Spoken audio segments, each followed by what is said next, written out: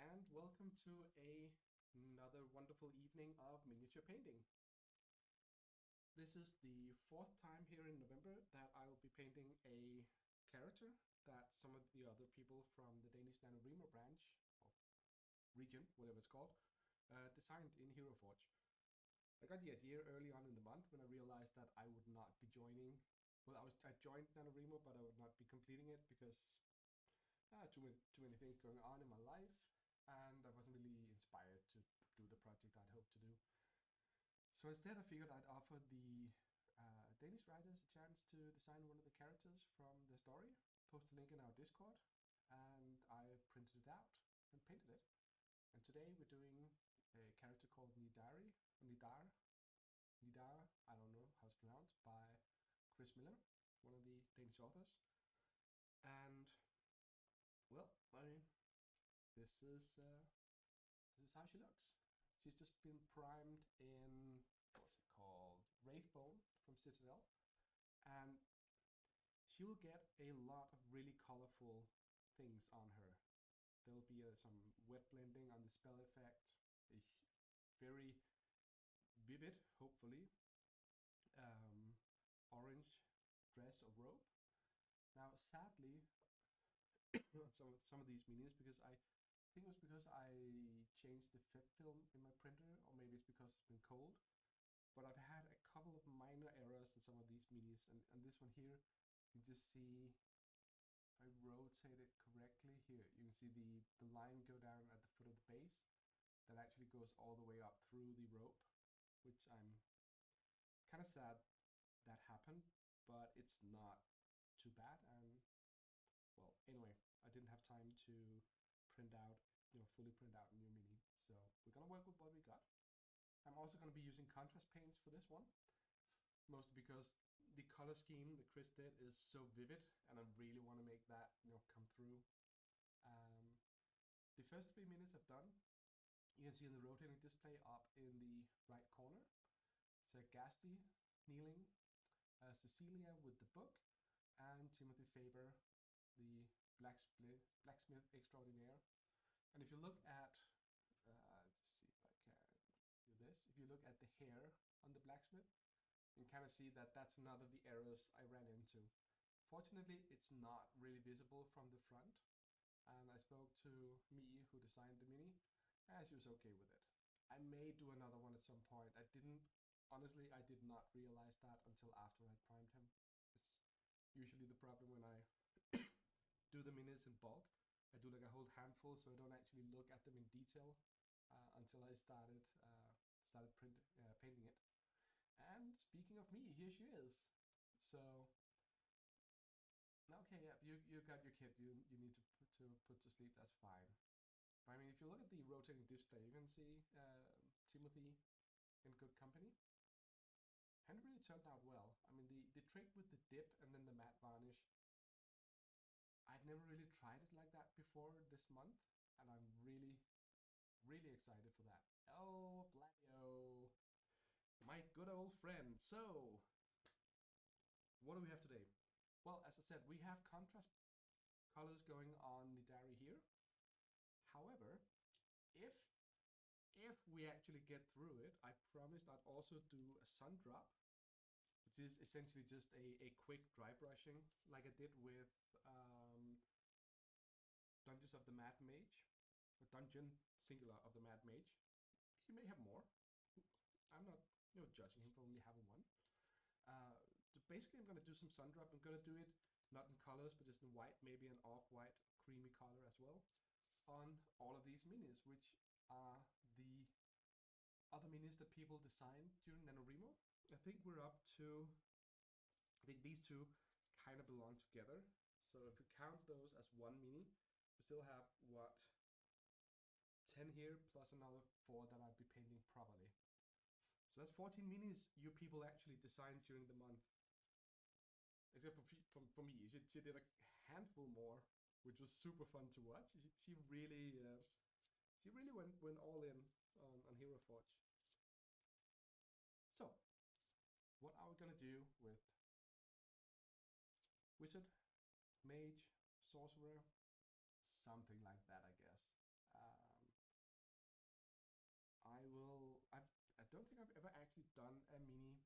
in only contrast paints. So that's also going to be a first for me, which is fun. Which what I've liked the most about this entire process with with the painting competition here is that I've been challenged.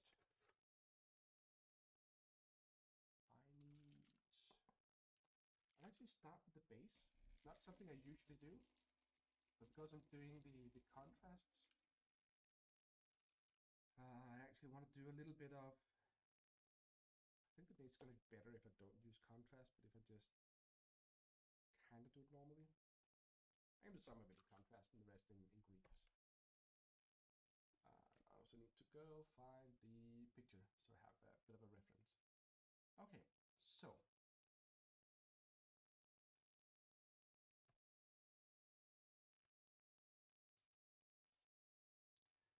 yeah, so what have people been up to?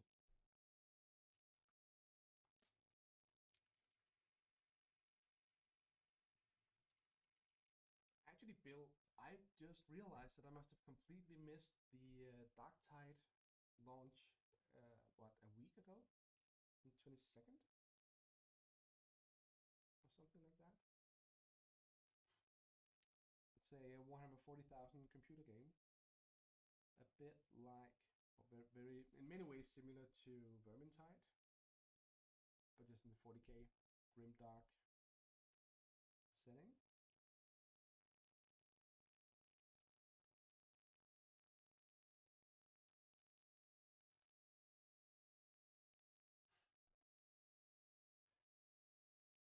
Okay, so when I say that I'll be using contrast paints, I mean I will be doing that for a lot of it, but I will actually also be using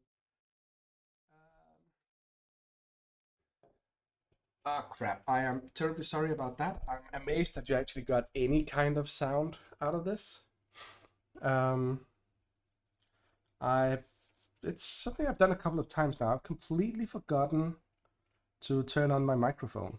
I do apologize for that. I should probably do the entire intro again, but I'm lazy, so I'll just do the highlights. Here in November, I have been painting miniatures designed by the other Danish contestants in the NaNoWriMo project. I'll be doing Nidare here, or Nidare, whatever. Using mostly contrast paints.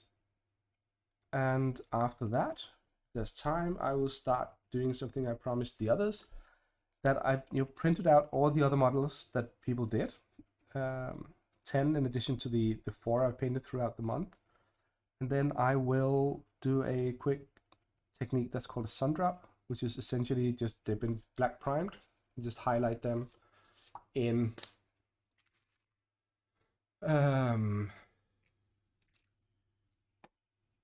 just dry brush them in white, maybe an off-white to get a little bit of color into it.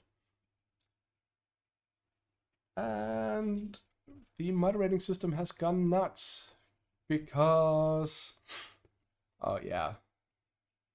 Yep, well, that's gonna be fun because in Danish we have, Bill, you should check the chat. You're gonna get a laugh out of that one. Endspurt, or sort of, end in Danish means, is called slut, and a sprint is a spurt. So a slutspurt is literally Danish for an end sprint. However, the auto moderation was not too happy with that. You're at 75k heading for 80. Wow, that's amazing. That's gonna be pretty rough. I mean, you have what, almost 5 hours left for the last. Well, that's doable. But even so, 5,000 words in 5 hours, that is quite an ordeal. I hope you make it.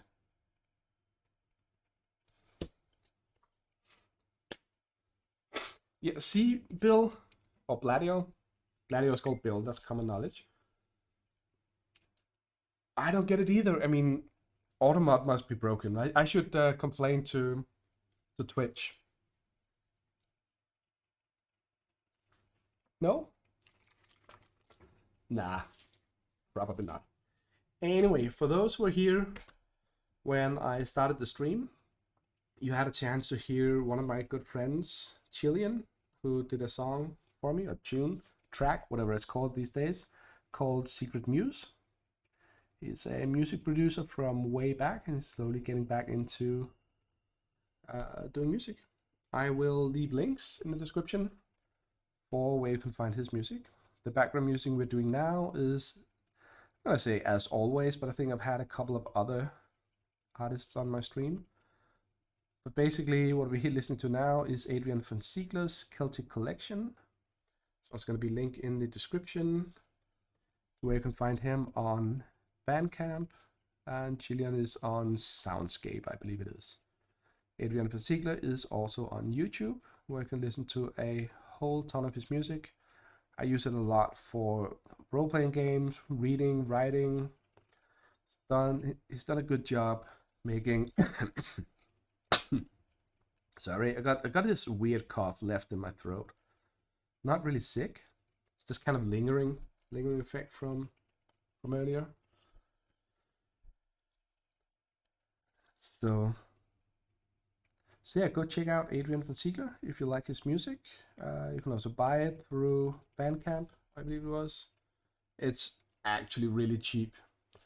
You have no music playing here. That is because I'm a complete dork and did not turn on the music. I am not doing well today. I apologize for that. So now we have music, and now I turned on my microphone. It's almost you can almost believe that I'm actually used to doing this. I should maybe just do a checklist and hang it next to my monitor.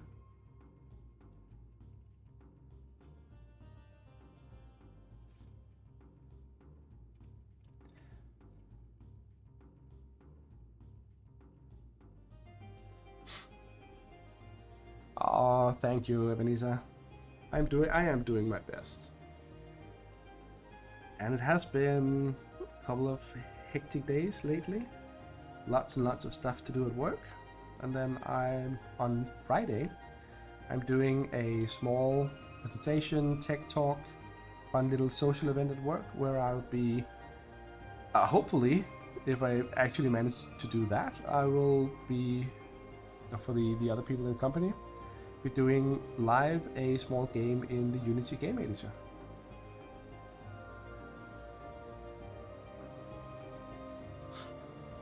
So it's kind of something that I've always enjoyed both playing and making games. And when I had the chance to work for Unity, 15 or so years ago by now, I mean, I just really enjoyed working there. Wonderful people to work with, and they had the philosophy that anyone should be able to do games, to make games.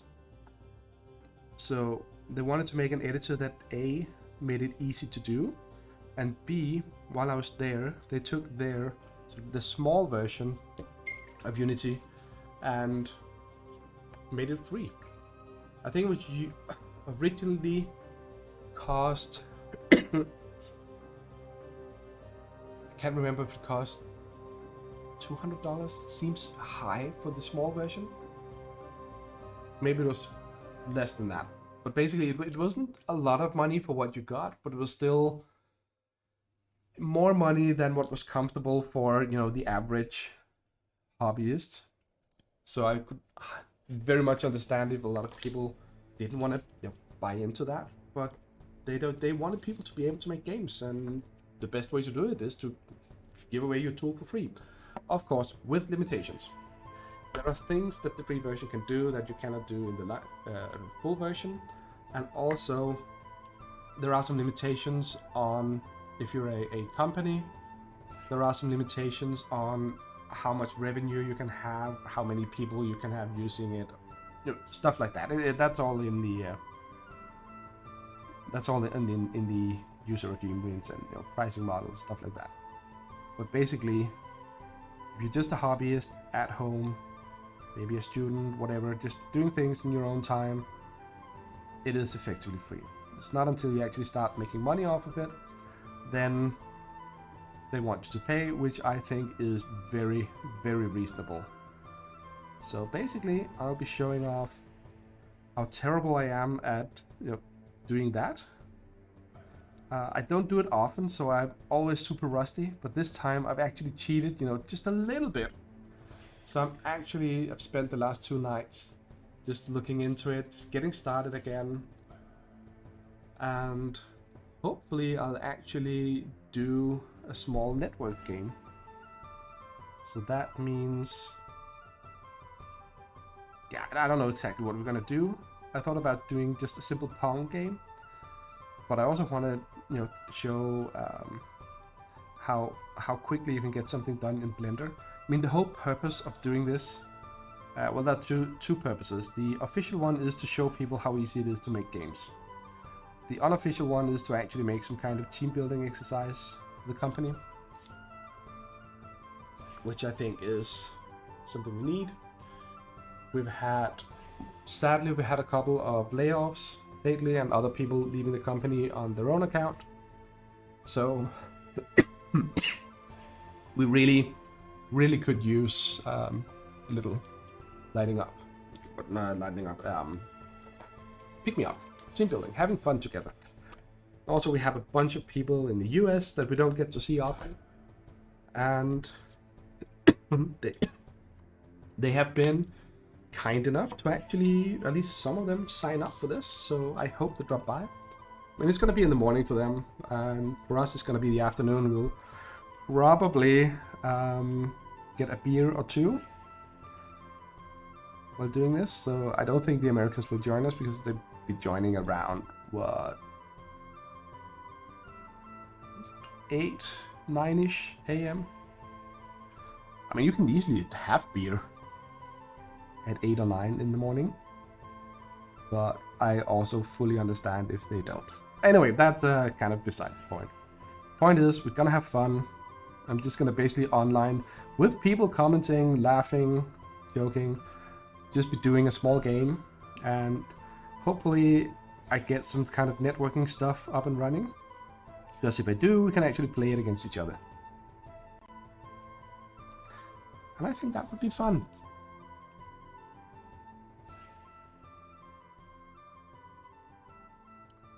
It is, and one of the things that actually made me want to look into the. Hang on, I just need to spin the image around a little bit.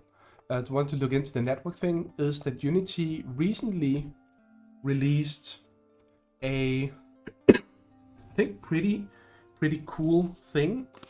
They've been doing. They've made a new network interface. It's been on the way for a while.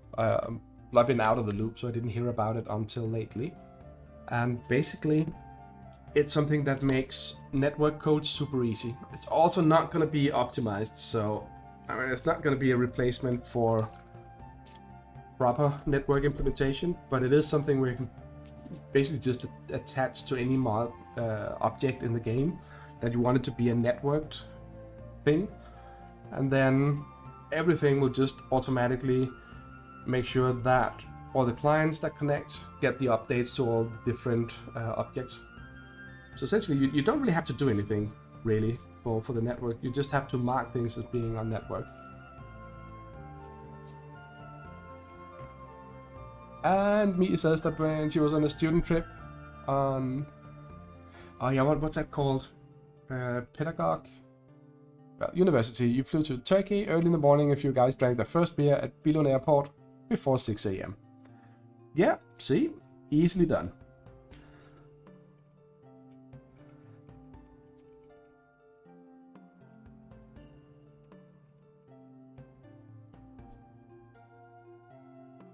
Now, I can see that, or I could see earlier today when I went through the paints I have in the contrast range from Games Workshop and the color scheme that Chris used on Nidare here, I could see that I would not be able to hit all of it as well as I would like. And I'm not very good at mixing the different colors from the contrast paints. I find it... Well, I mean, I can mix them, but the colors I have are not really good for mixing. I don't have the primary colors. So trying to tone down, for instance, the brown I'm using, trying to tone it down into a grayish brown. The few times I've done it, it's or similar things, it's not really gone well. You know, it's kind of just been all muddied up when I mix the colors. I don't know if it's because I should use a little bit more medium when I'm mixing it, or if I'm doing something else wrong. But rather than risk it on this mini, I'm basically just going to use the colors I have, and it's going to be close enough. Yeah, don't knock it. Bill writes that it may be a long day for them. You know, the people who started with beer at before 6 a.m. The Danish Bill. Don't forget that. It might actually have made the day shorter and way more durable. Endurable? It's called. Easier to endure. Yep, need the front of the backpack.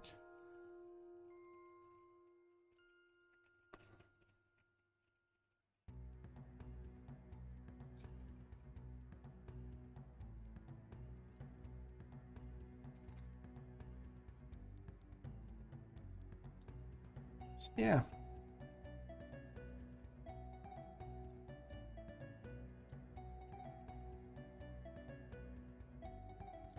Now again, what I'm trying to do here is make sure, as I've explained before, that I actually get into all the corners, or sort of all the small areas between the different colors.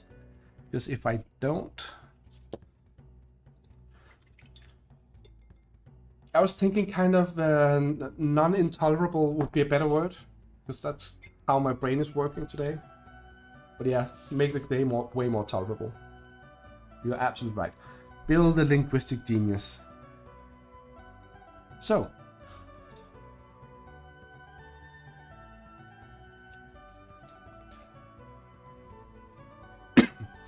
Yeah, drinking team for 5 or 6 days in Turkey. That sounds about right. That sounds pretty much like Danish students going anywhere.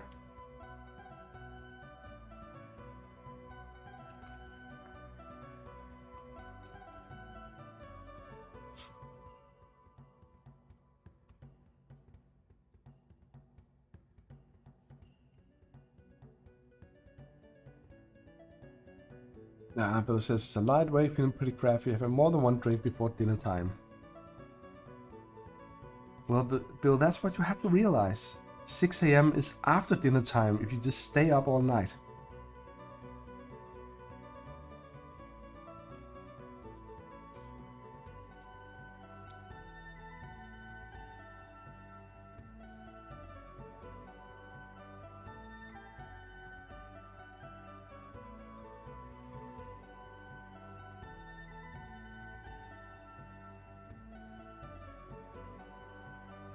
Live pro tips from Scout. Yeah, this is the only place you get it, Bill. Super pro tips. Okay, so I'm quickly just gonna do the base here with a little bit of green.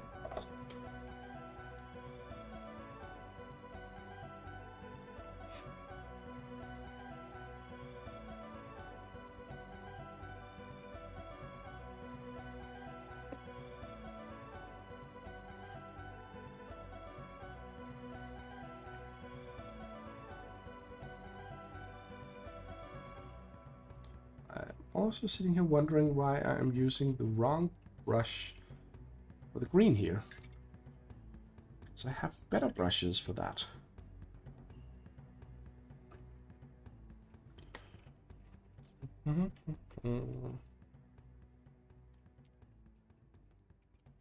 It's actually not a bad brush I'm using. It's my trusty old, I think I've had this for about 8 years or so.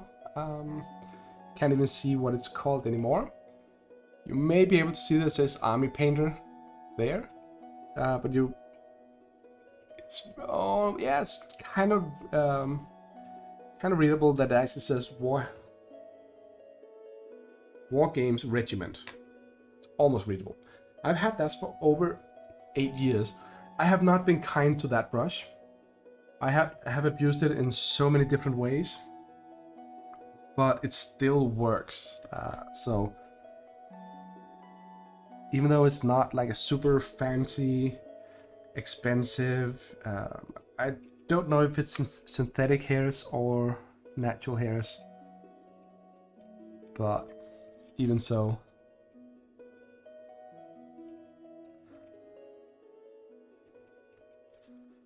I mean, it's a good brush, good all-round brush. Can load a lot of paint. Still remains fairly good small tip.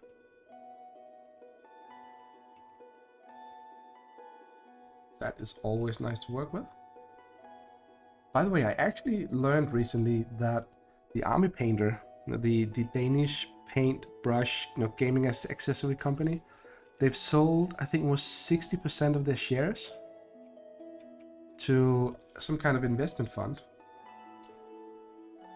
Apparently part of it was, I'm guessing that they could, but also that one of the founders, I read an interview with him about it, and he said that his calendar was all meetings at the end, and he wanted to actually do stuff again. So I'm really curious about what they end up doing. I'm guessing they're not going to start a new paint company. That would seem sort of counterproductive.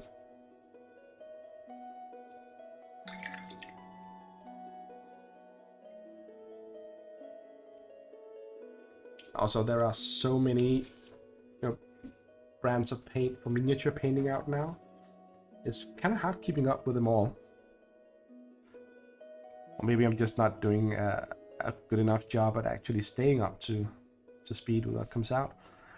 I have heard a lot of good things about I think they're called 2 layers of paint, 2 coats of paint, from a guy named Duncan Rhodes, who I believe used to work for Citadel Games Workshop, painting their minis. He's really talented. He has some really good YouTube videos, tutorials.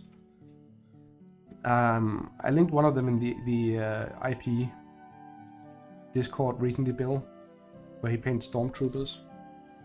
And he's a super friendly guy to listen to, really calm, really relaxed. And from reports I've read from people who've met him in real life, says that he's the same in person, really kind person. So yeah, but he did a new line of paints called 2 coats of paint, something like that. I would promise you that I'll put a link in the description, but by the end of the stream I'll have forgotten that I wanted to do that, so I will not. It's a guy called Duncan Rhodes, Bill. I linked a video of him doing stormtroopers recently, and also the matte varnish thing. I mean, I knew about the matte varnish and the dipping method from other people, but I saw one of his videos recently where he really saw how well it works when you add the matte varnish lacquer. So I decided to give it a go, based on his work, essentially.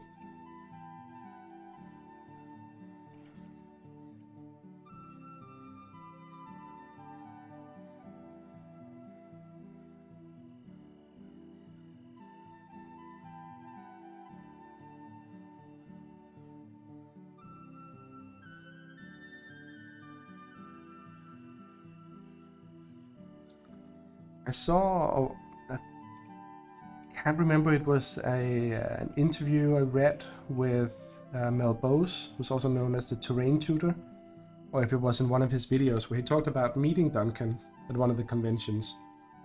And from him, he just said that Duncan is just this really kind person.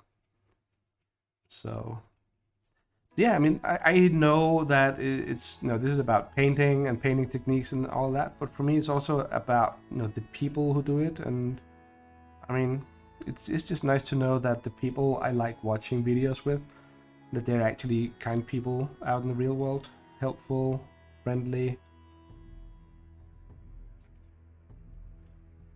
I don't know, just adds that extra little sort of personal touch that I for one like. go. That's the base. Pretty much done. I'm gonna slap in some green ink or shade later on when it's dried a bit.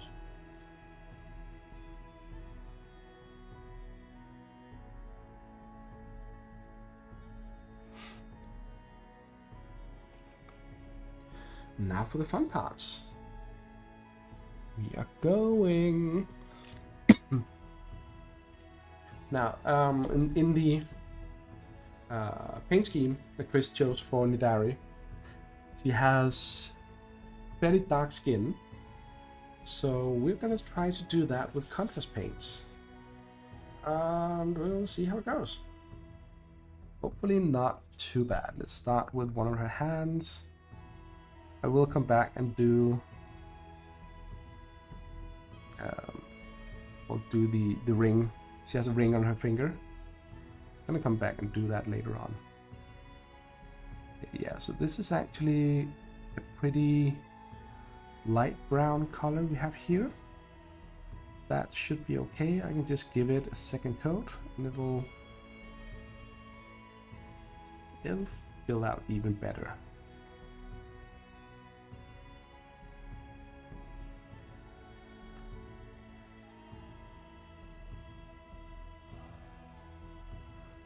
Cool.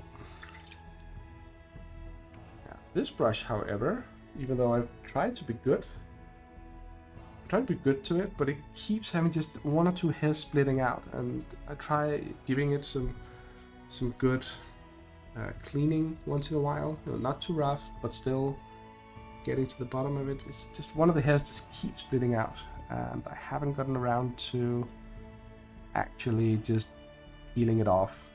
Mostly because I always notice it when I paint, and then I forget about it once I'm done. So that really is on me as well.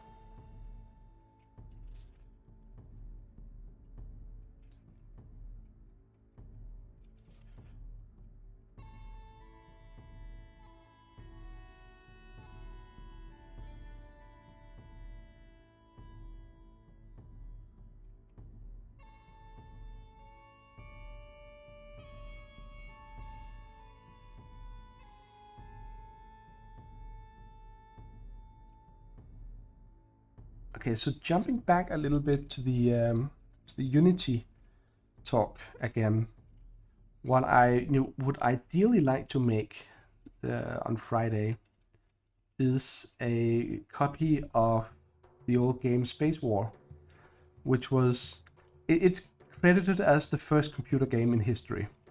It was made for the PDP-1, which is a very, very old computer. From back from the time when a computer sometimes literally filled out an entire room. And I don't know if it was this physics department on campus or university somewhere or whatever it was, but they basically had kind of space calculations of some kind, missile trajectories or orbital calculations, whatever it was. And then someone actually made a small game with two spaceships flying around a planet in the middle, so that they simulated the gravity.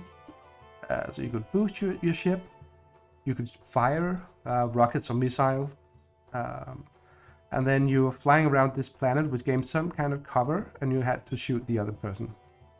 And this back in the 60s, I want to say 60s, maybe early 70s or something like that. I've never been a good student of history. I'm terrible at remembering things by heart.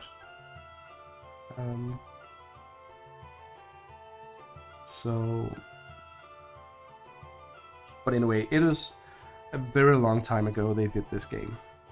And it's one of those things that never got published or anything like that, because there was no game companies or anything like that. And the software only ran on this machine, and only very few places had them, especially compared to today, where pretty much,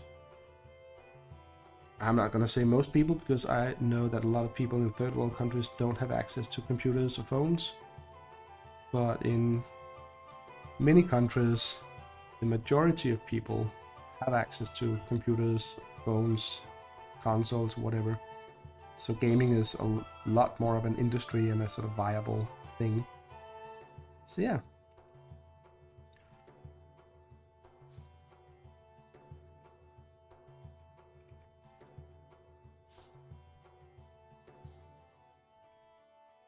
Okay, so she definitely needs another coat of paint on the brown to really, get that nice color out. But that shouldn't stop us from working on other parts of this. Except the parts I want to do now are right next to the parts I've just done. And that is not good.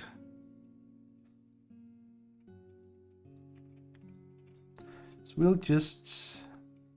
I think it's dry enough that we can actually do this. So.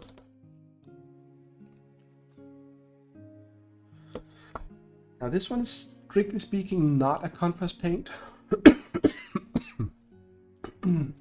But in the paint scheme, her scarf is a very, very light blue shaded down to a dark blue. So we're just going to use a normal shade on this and see if we can't get the desired effect from that. I believe we can.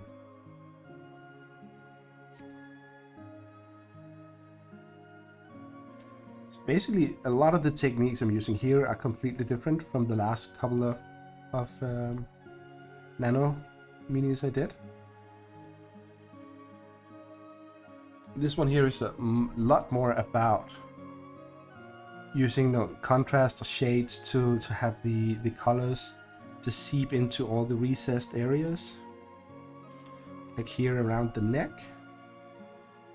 or the sort of the folds in the scarf.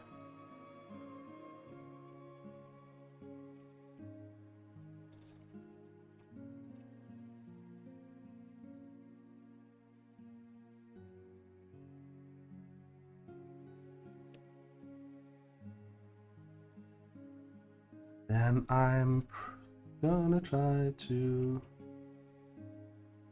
Yeah, there we go. I found that often that adding a second layer of shade immediately after the first really helps getting the shade into the recessed areas. So it's gonna be a little shiny from the shade and contrast paints, but that's gonna be offset. I'm not gonna use matte varnish on this one. That's gonna dull it down. But I also don't want it to be fully glossy, because it is still a cloth, most of it, cloth, hair, skin, and that's rarely fully shiny. So instead, what I'll do is I will use a satin varnish, which is actually what I normally use on my minis.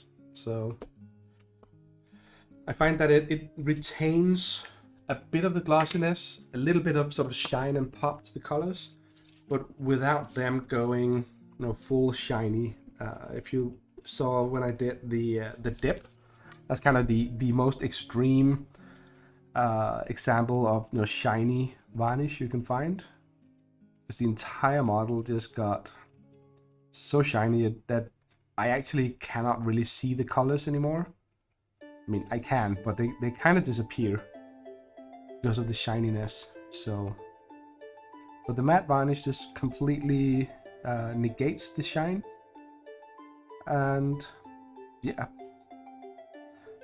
but the satin varnish, I find that it actually really does a good job of hitting that sweet spot in between, where you both get a little bit of shine, so it's super cool to look at the mini, while at the same time reducing the glossiness a little bit, so you can better see the colors. And she really does have, jet black hair, so we're just going for that. Hopefully I will not splash the black contrast down over her face in a little bit. I seem to avoid the worst.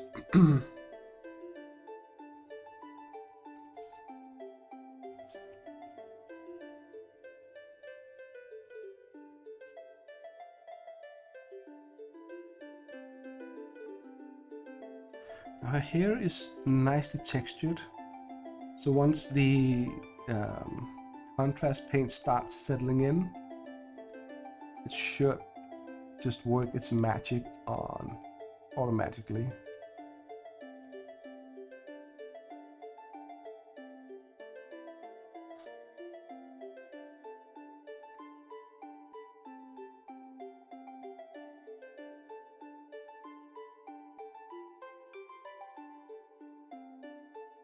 Once I'm done with this, it is almost time to do the rope. But before that, I want to do the spell effect.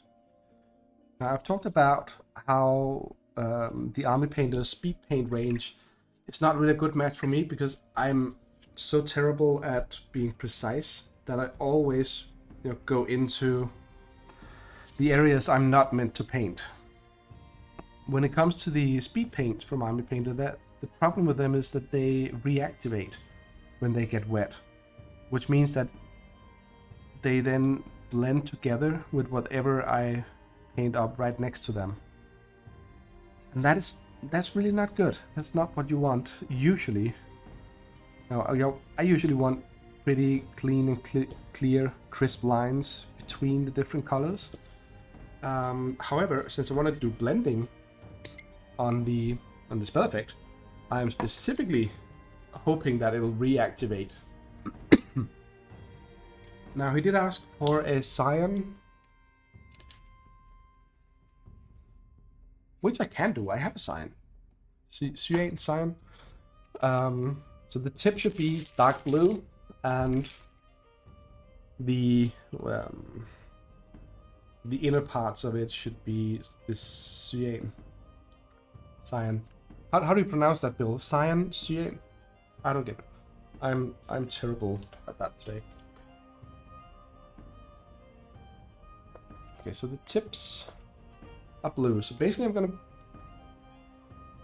do those parts with the Army Painter. Let's actually thin it down a bit. Hey, I'm learning from all of this. As you all know, I mean, half the time I don't know what the hell I'm doing anyway, so this is always fun. Cyan. Okay, so cyan.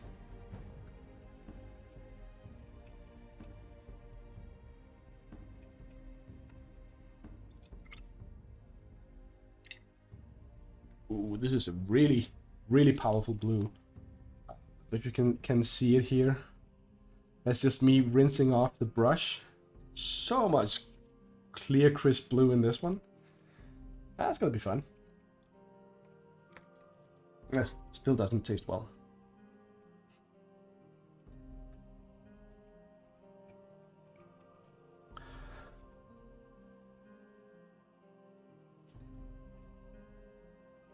But you gotta say, I mean, the speed paints, they do look super great when they come on models.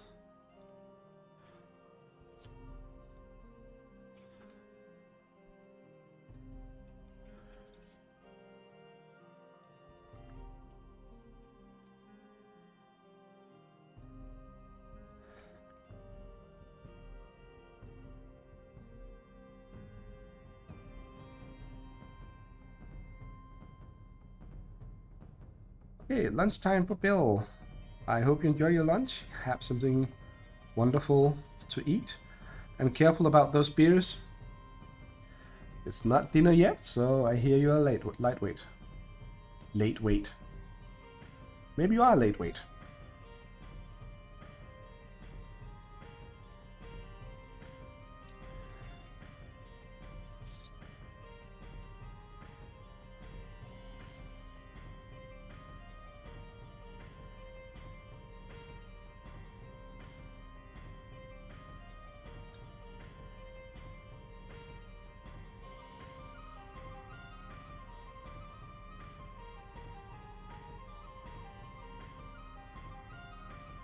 Beers will be avoided. That's right, Bill. Skip the beers and go straight to hard liquor.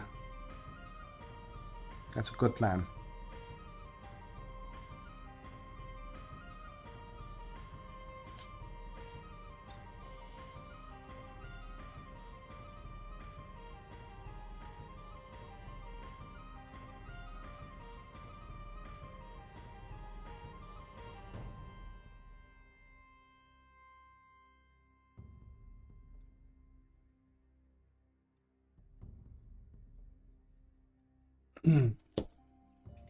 So, that was the tip.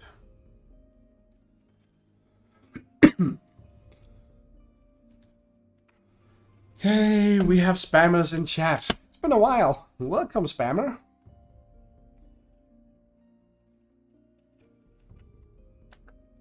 Now how can I do this?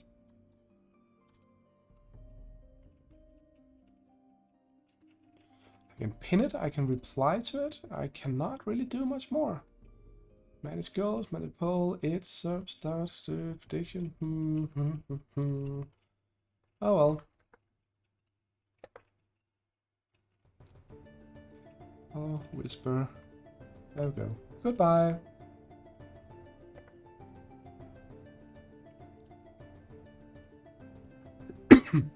I'm sure that person was a very, very nice and kind person. However, when people just show up and say, hey, go to this website and I can promote your streams.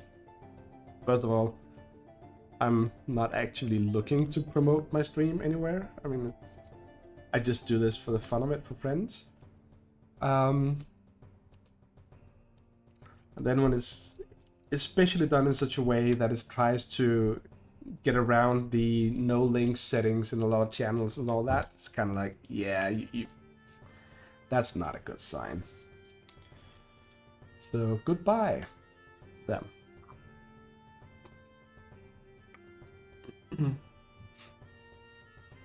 Was that terribly rude of me?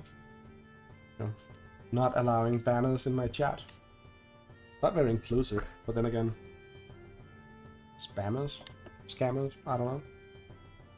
But anyway, let's see if I can actually blend this thing. Well, I can, at least to some degree.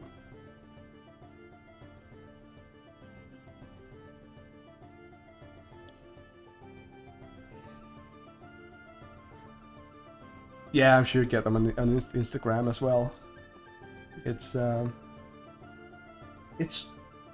so, in many ways, so predictable, but also so strange that it just becomes, spam bots here and your spam emails in general. It's just become part of life that you just kind of go, another one. I mean, I imagine, I remember, not imagine, remember when I started using email so long ago that we'll not talk about it. And the concept of spam didn't really exist back then. I mean, I'm sure it did somewhere, but it was so few people using emails, and that meant that your email wasn't automatically just being bombarded with spam every single day. So when it started coming, it was kind of like, what is that weird thing going on?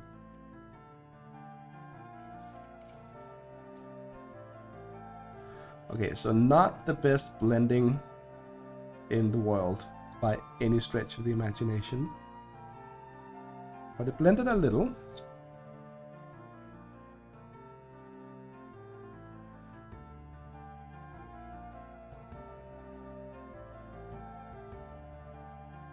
And with any luck, if the blue actually reactivates, then it'll just slowly seep out and add a little blending over time. Yeah, I did a little bit there. Now I've got a lot of pools here.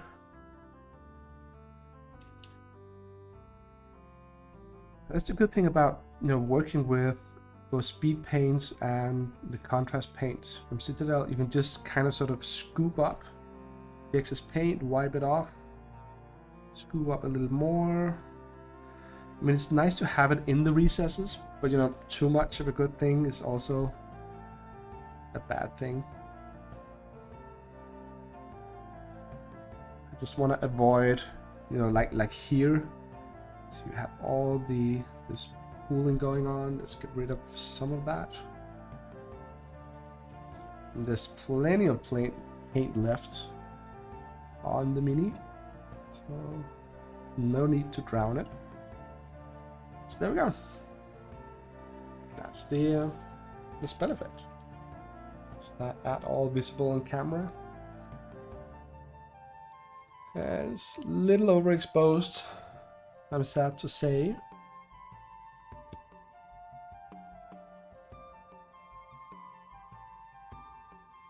I mean, as you know, those of you who've been here a couple of times, you know that I'm always messing around trying to, you know, optimize settings, but I am also terrible at doing it between streams. So I'm just gonna tinker around with the camera just a little bit. Like, for instance, not going full 800 ISO, or ISO 800, whatever it's called. Go down a bit. So what about now? I mean, on my screen here, that just became so much clearer. Now I can actually see the cyan.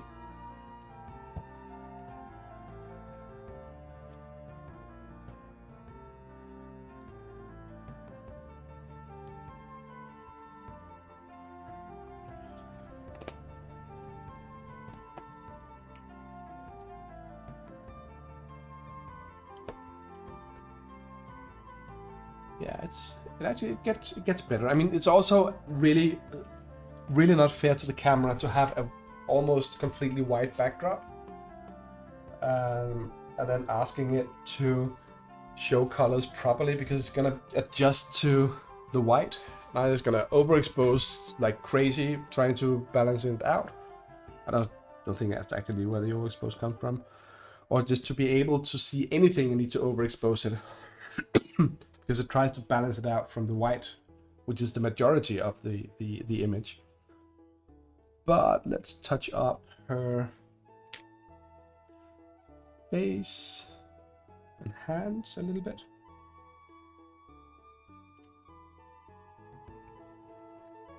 Just giving it a second coat.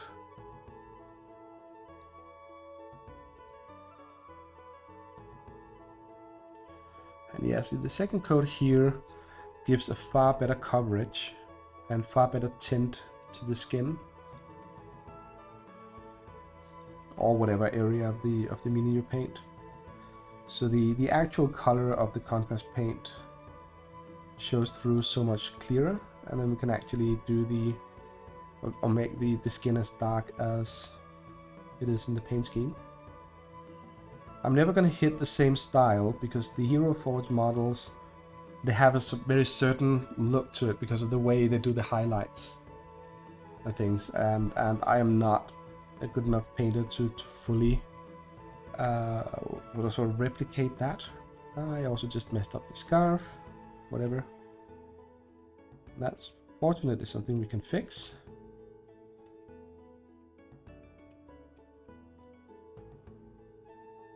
There we go. Just a little bit more around the nose and mouth. And the reason I say I can actually fix the scarf is because that was done with a shade and not the contrast paints. The contrast paints really like to go on in a single coat, or, you know, drying up and then getting a second coat like here. They do that because of the way the pigments work in the suspension medium. Whereas the shade, I mean, still has suspension medium, but I've found it far easier to actually take, you know, just cover the mistake I made, cover that in the base color again, the off-white, and then just adding a little bit of shade. I can do that. Famous last words. Again.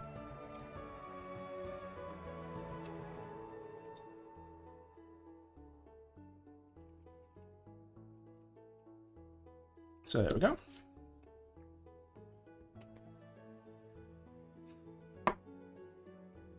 Face done up a little better. Mix up the scarf.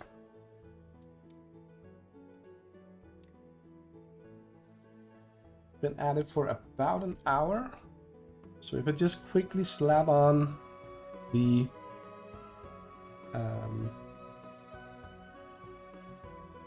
orange. I mean, there's a little bit of yellow in certain places, like the belt. But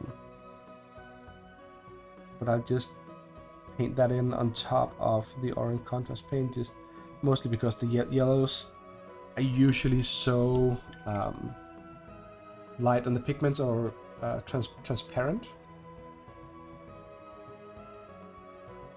that they'll kind of almost work like a shade of glaze in and of themselves. So it's not gonna be a big issue to do that, and just gently layer it up a couple of times. However, that does require the underlying orange to be fully dried. So I may not be able to do that today. It's kind of the thing we have with the painting processes here. Some of the steps, like especially like dipping, where the varnish needs like 24 hours to fully dry, at least 24 hours. See, there we go. Easy peasy, lemon squeezy. That's the scarf fixed. Now I just need but anyway, then sometimes you just can't do anything. You just need to let it rest until the next day. Now this orange here, I have two options. And I want to test this out. So let's go bring in my trusty orc. Because I can't, it seems very dark, the orange contrast paint I have here. But I know when I've used it in the past, it isn't actually as dark as I sometimes fear. So let's just give it a quick go here on the glove.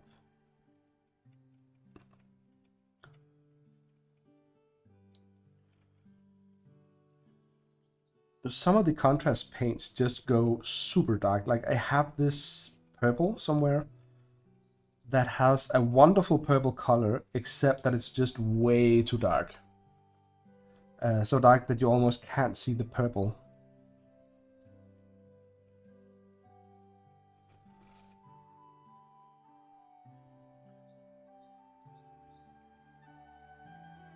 But here, I mean, if we look at just the glove, this left glove here, let's actually paint all of it in. It's got a little bit of green. It's never going to be good because they're a little transparent, the orange ones. But if you look at this left glove, that is a very, very good orange color for this purpose.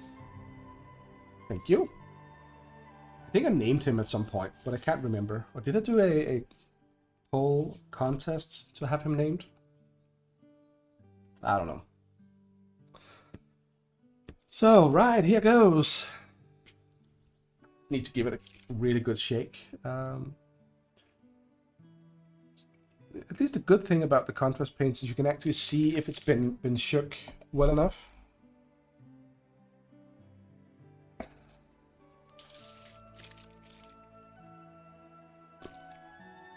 And of course, it also helps that the small paint bottles or jars here, they're almost see-through, so you can actually see if there's any pigments left at the bottom. So now I can see bubbles at the bottom. That is a good sign. That is usually a sign that all the pigments have been spread out in the actual paint. So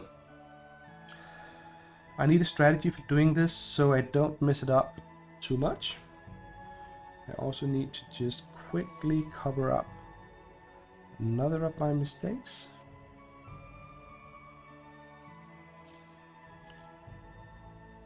At least just a little bit. You do a lot to just help the paints.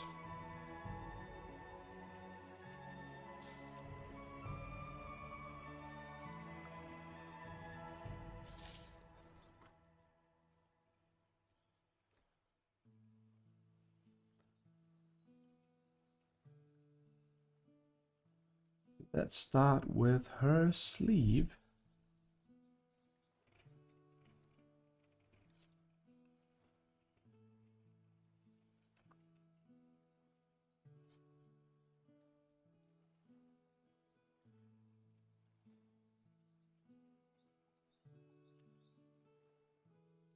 Left sleeve even.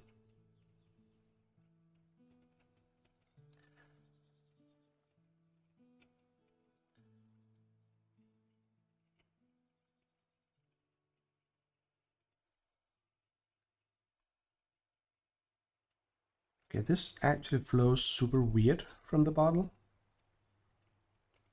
And it doesn't really flow well enough. I mean, I could try adding some medium, but that also thins it down a little bit. Don't want to get into that now that I've already started painting with it. It'll be fine. My catchphrase. It'll be fine.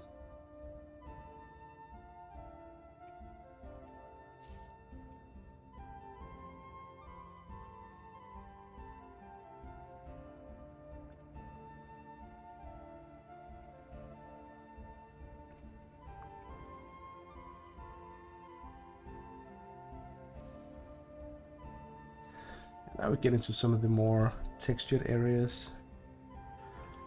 She has some, I don't know, what they're called, ribbons or something on the side of her dress. They need to be painted yellow eventually. But for now, it's super fine that they just get the orange, and I'll just layer on the yellow later, because the orange works wonderfully as a shade of a kind for the yellow when we get to that.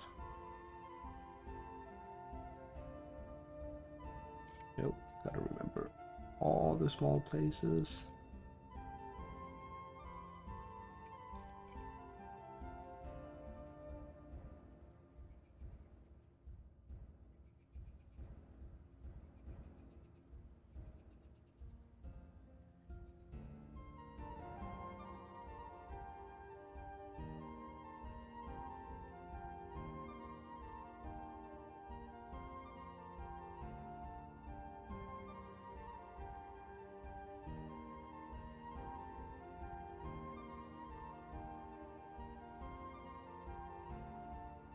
Now, if I wanted to spend more time, I could do highlights after doing the contrast paint here. But since I am lazy, and as always just going for tabletop ready, I'm not. I'm just gonna let the contrast do its thing and go for the good old one coat, automatically doing highlights and shadows in one go. Now we come to the actual sort of the dress part of her robes.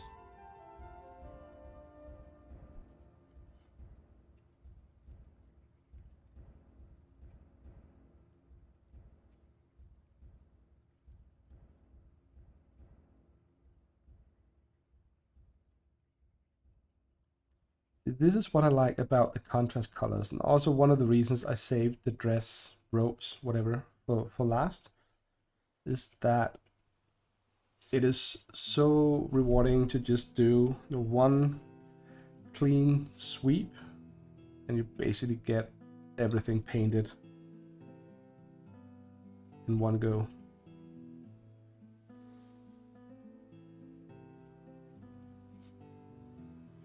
And no, I will not be painting the inside of the coat really, because it's not visible when you're looking at it.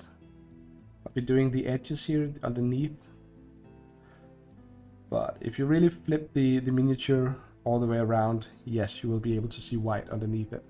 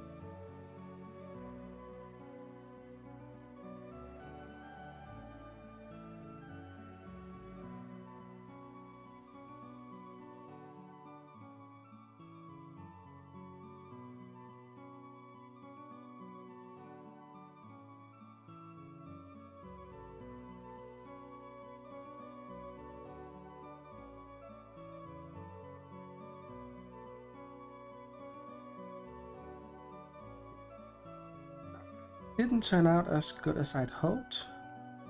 It's not really flowing super well. I'm gonna try one sort of half desperate measure here, just slapping on more paint.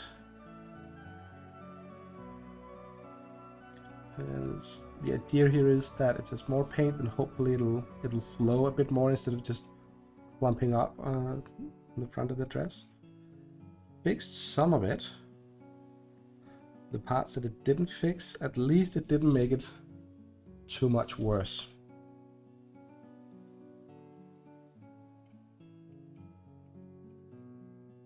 So yeah, so contrasts.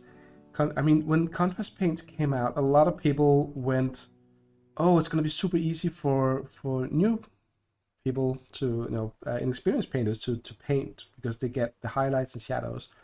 But there's still some techniques that need to be learned to do this effectively. And then people actually started realizing that it wasn't only just, give it one go. I mean, it does a lot on its own. As you can see here, it does give some shadows and stuff. Oh, you're on computer. Yeah, so much faster than and also a lot easier to actually see what goes on. And yeah, in many ways it's easier, but the problem with the large skirt here is actually that the contrasts don't really flow well over the large areas. They're better at like fur, something with a lot of texture in the actual model, because that's what the contrast uses and is good for. I believe the speed paints from Army Painter are super good. I mean, both shoulder pads, pauldrons, I believe they're called here. Both the yellow and the orange one are made with speed paints, and they look super nice because it actually gets a little bit of a shade going over sort of the I don't know if we can we get him up here? Maybe get a little bit of light. Yeah. So you see especially the yellow one turned out so beautifully on this dude here. So I think they would be better, but because of the reactivation, I'm a little hesitant to use it. Anyway, I never promised people that it would be super good. I just promised people I would do as best as I could. And that's what we're doing. And I can, though, cover up small white areas I've left behind.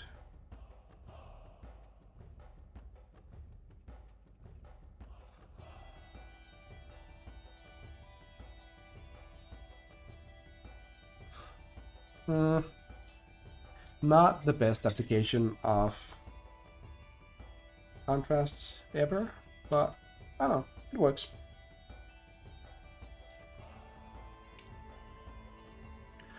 And now with that, I'll actually give the base a little bit of green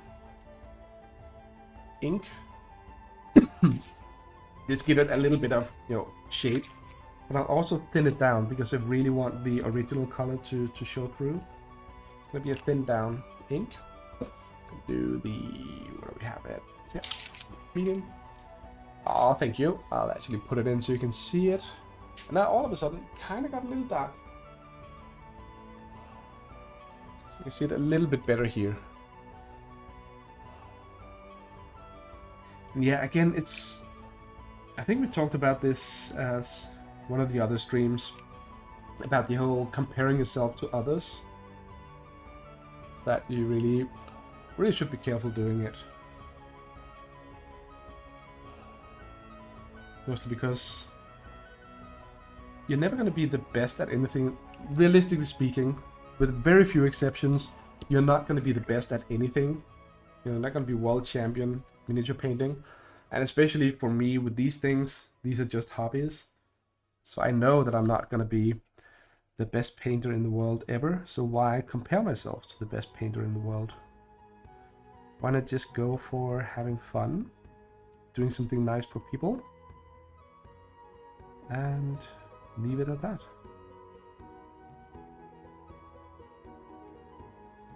I mean, essentially, as long as you have fun doing what you do and don't hurt others, I hope that goes without saying, then I think you're probably in a pretty good place. Yeah, this is exactly the effect I'm going for here. Be able to see it a little bit better when I'm not, you know, holding the mini at all the wrong angles for the camera. But basically, again, this just the shade just seeps into the recesses, leaving the original paint at the tips of the grass straw. And in the past, sometimes I've had people ask me how I did that because it looks so detailed. And a lot of people, when they see it, since they have, how would they know? I mean, they haven't painted. I've seen it especially with when you're doing chainmail on people. Oh, thank you. It's been a pleasure doing this for you. It's been so much fun to see you go nuts and design things. No, but a lot of people, especially with the chainmail, I've had people ask me so many times if how do I paint all the rings in a chainmail armor? And then I explain the two techniques, and people go, oh, okay, so not that difficult, but still it looks so good. The two techniques are the dry brushing, or like here, just using an ink, and because it will seep down into the recessed areas. But people kind of just assume that you're doing each ring individually, just drawing them in. And I am absolutely certain there are people who do that, and their minis look amazing. I don't. I cheat. I prefer to paint more minis at a lower quality, because the more minis I have that are painted, the more minis I can play with. The end result is awesome. Yeah, and I mean it's fully understandable, because you think, okay, so you take a paintbrush and you apply the paint, so you paint the things that need to be painted, so starting by black and then going over it. But then you learn the techniques like dry brushing or using inks and shades and all that, and it's all of a sudden you can just see ways of doing things a lot faster. Anyway, I believe this is kind of where we'll leave her off for now. I want the orange to be fully dried before I do the yellow. The rim of the base is going to be orange as well, but I will put her over on the display with the others. Should be able to do that without messing up the paint.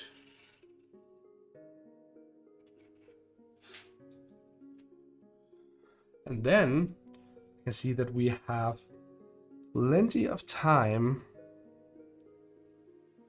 to do some of the other minis. That is what I hope.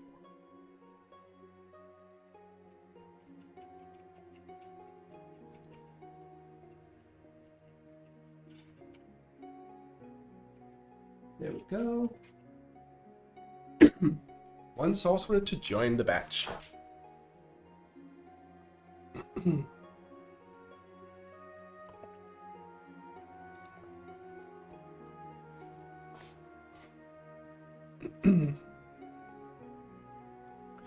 They do look amazing together, and that's even without her being fully finished. I mean, the bright rim also works really well because the orange is a little dark. I like the contrast between the base and the mini. But with orange, it's gonna pop even more. That's gonna be super fun. But anyway, I'm just gonna try not to kill myself. But anyway, yeah, I do believe. Okay, these are super dark because these are the blackest black. That's not. That's actually black paints out there that are even blacker. But I do believe this wonderful young lady in her various outfits and poses. That is Mia.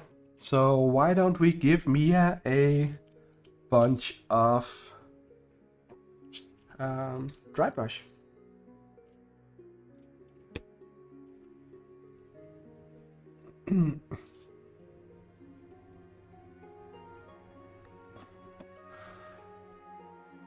See, this is actually where I think I'll go for an off-white. Unless you actually want her colored.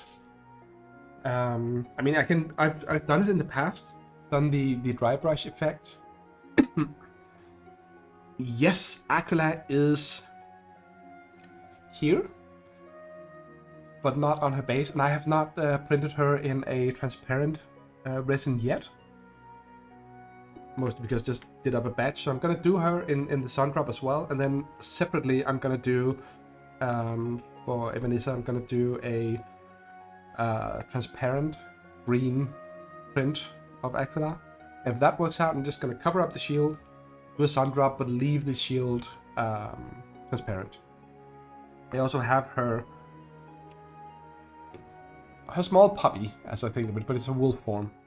There, and I have the base, so all of that. But we're doing Mia first.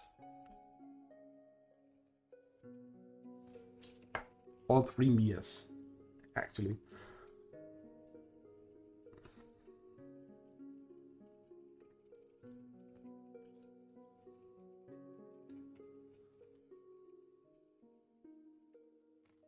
Yeah, I love all the Mias. Now, if Bill is still lurking somewhere, Bill is part of the podcast called The Incorrigible Party, and his wonderful wife, Elena, is also there, and she actually plays a character called Mia Brightwood. As you can already see, just a couple of strokes, and you can see how clear the shadows and highlights become.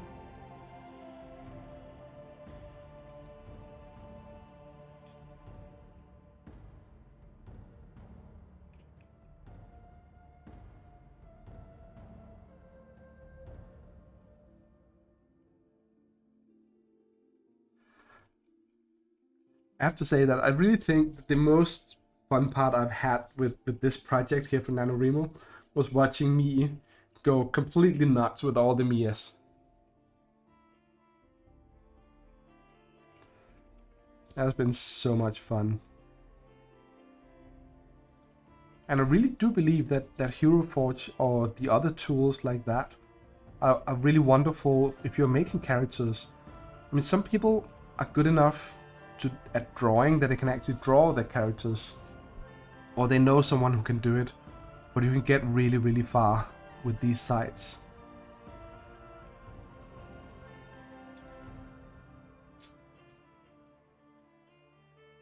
At this point, I really don't need the handle. It's actually more in the way than a help.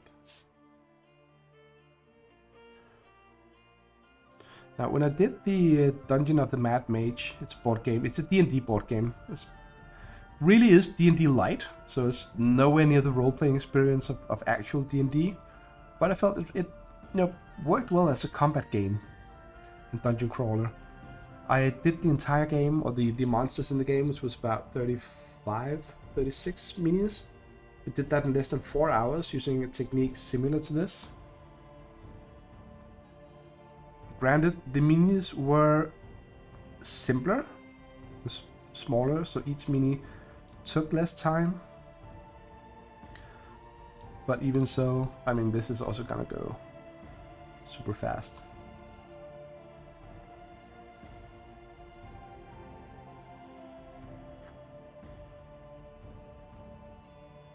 Wait, does she have bare feet?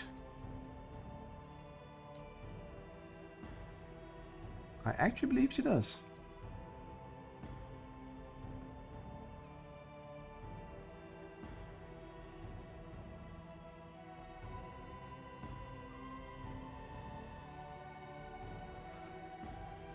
No shoes. And Mia says she can't draw to save my life, so this is an amazing tool. I tried just for the fun to make 2 characters from a show I watched once upon a time, and I shared a SS of them on Discord fan group. I mean, and they liked it. Screenshot, yeah.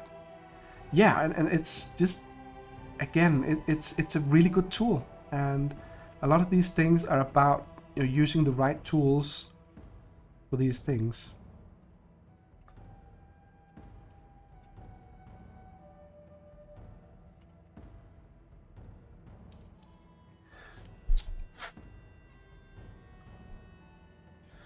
And let's just quickly do the base. She comes to Diagos with no shoes. Diagos is the world, right?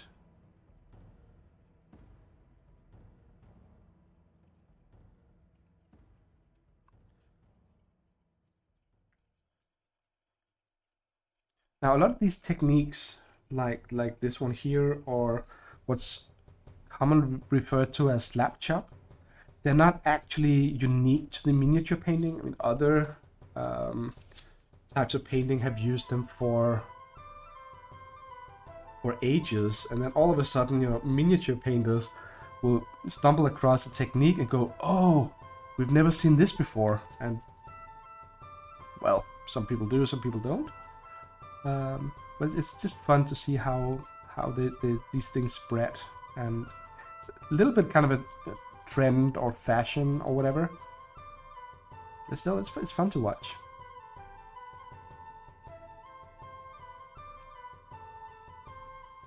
And what I'll do at the end is I'll just go over the base, you know, the rim of the base, and just touch it up.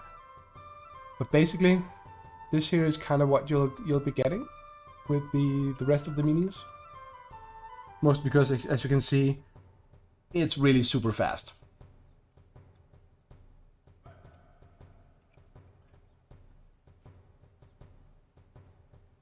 I mean, you can spend a lot more time doing it. You could add just a quick touch-up of pure white.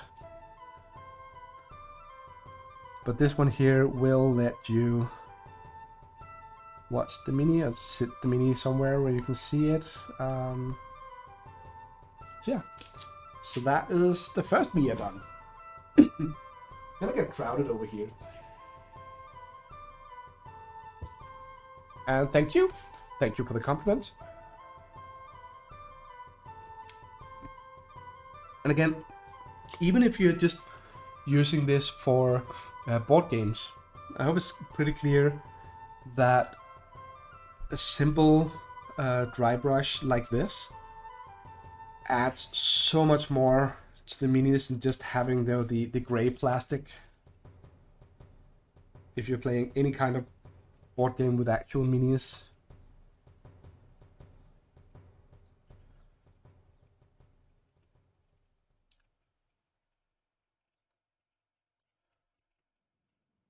And all it really takes is a bit of white or off-white paint. I use the off-white to give less contrast, because this really is a deep black primer. And if you do a pure white on it, it's gonna look not bad, not off. It's just not the look I'm going for with these.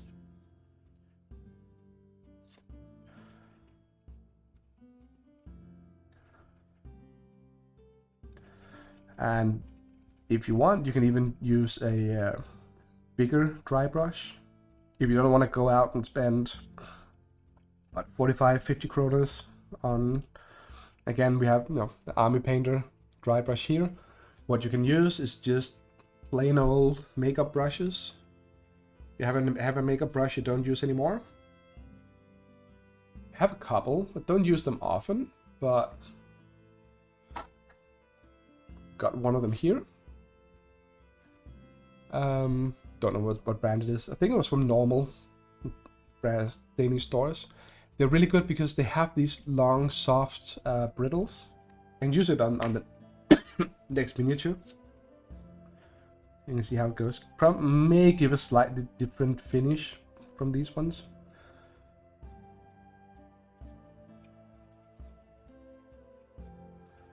But still, it works.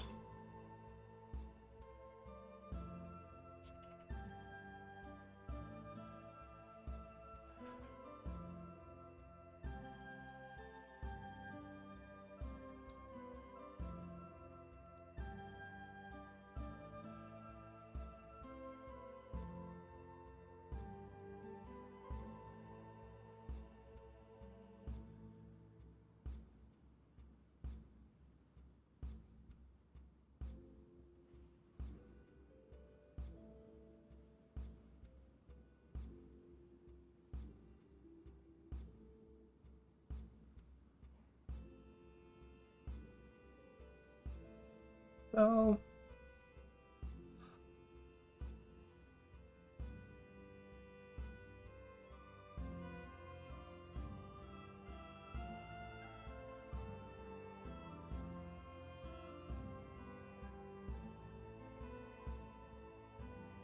again, I mean, for the flames here, you can see how clear it becomes. Now, I do believe this is a technique that anyone can learn in a matter of minutes. The only thing to be aware of here is that you need to get, which is why I'm using, I interrupted myself, beautiful. You need to get almost all the paint out of the brush so you don't actually paint with it. It only needs to go over the heightened areas.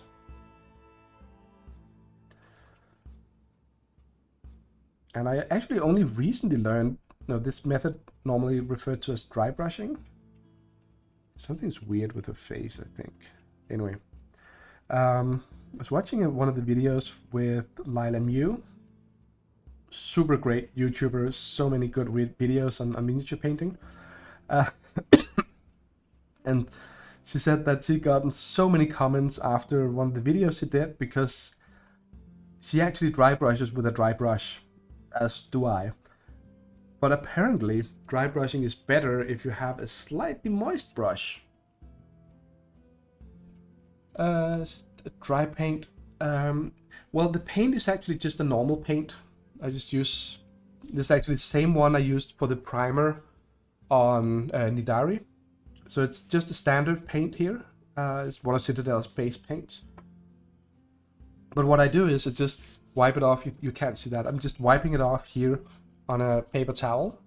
And then when there's almost nothing left, you can see I can wipe it over my fingers here. Let's do it down here. See, I only get very little paint off of the brush.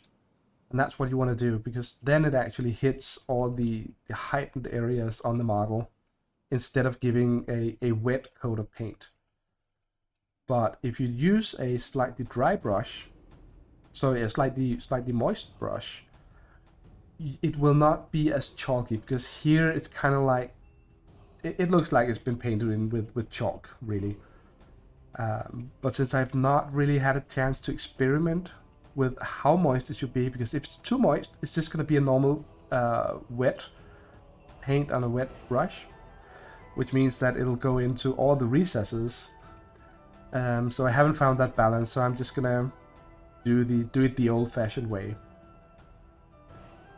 It's also gonna be really tricky actually getting to the inside of the backside there of her legs. But again, the how much to wipe off is, it's just a matter of trying it. It's really clear when you have too much paint on your brush, which that's gonna make you swear and be annoyed for putting on too much paint where it would be far less. But even so, I mean, if you ever want to do this or something like that, a couple of miniatures, just testing it out, it's gonna be super easy to learn.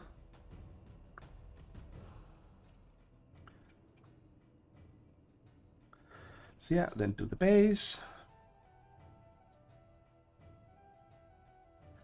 And also, even if it feels like there's nothing coming off of the brush, just keep going at it like I'm doing here, because you'd rather do 10 strokes back and forth.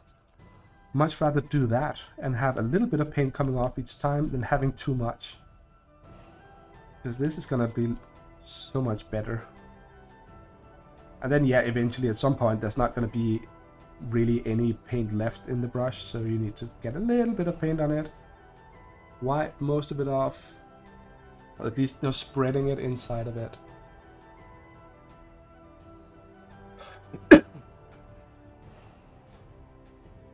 So if Anissa is asking for, since I'm using an off-white, she wants to go for a silver, I would go for, I would either go just full-on silver, you can get in the metallic paints, or as you say, a light gray would be better. Or if you want to give it a couple of layers, I would go starting with the light gray, just using light gray like this, and then just give it a really quick, really what's it called? Really light silver on top of it. The reason I'm blowing on the base here is that when you do this, use this technique, you'll get a lot of the pigments just falling down, a bit like chalk dust. There's going to be dust all over the place. I just want to get that off as well. Another thing you can do to even it out a little bit is to give it a black shade or ink of some kind. Always room for more over there. So if you give the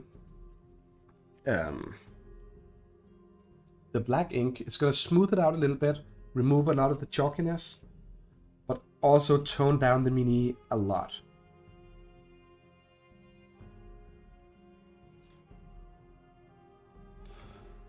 So yeah, I want a more silvery look. I mean, if I wanted full-blown silver, I would naturally go silver, but otherwise I would go for a gray or an off-white that's towards gray. This is an off-white that's a little bit toward the warmer colors. Don't know if it's probably a little bit of orange it has to it.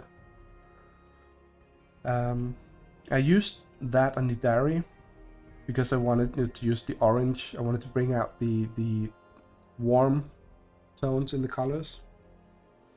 Whereas if I were to paint cooler colors like pale blue or for that matter gray or stuff like that, I would take an off-white that's towards the gray tones, sort of bluish, cold colors, cold tones. So yeah.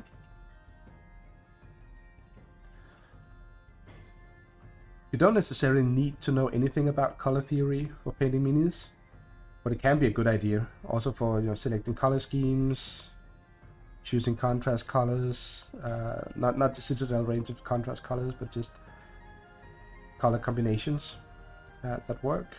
And I mean, as always with creative work, there are no rules.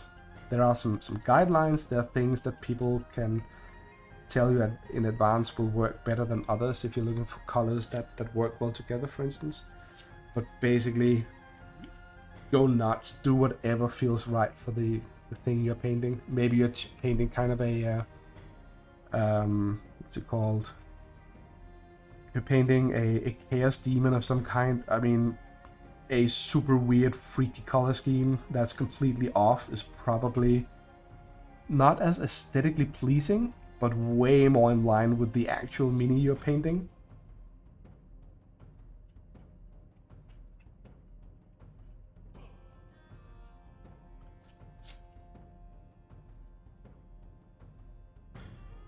And yeah, Mia and Timothy do look good up there. I think over the next couple of days I'll be shooting some videos of the minis I've painted here just for my YouTube channel. Just before I send them out to you guys.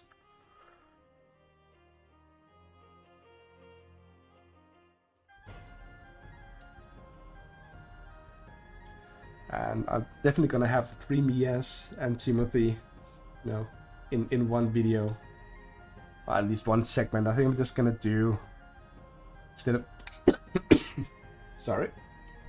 doing a full video with each of them,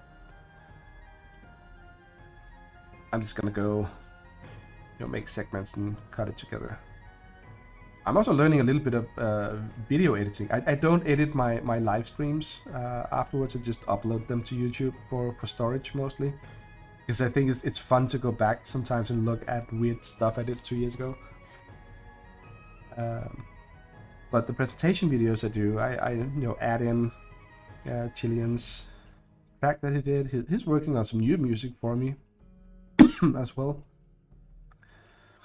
But he's also moving, I think tomorrow. He's moving to a new place to stay, so he's a little stressed out over that, I think. But he's a good guy.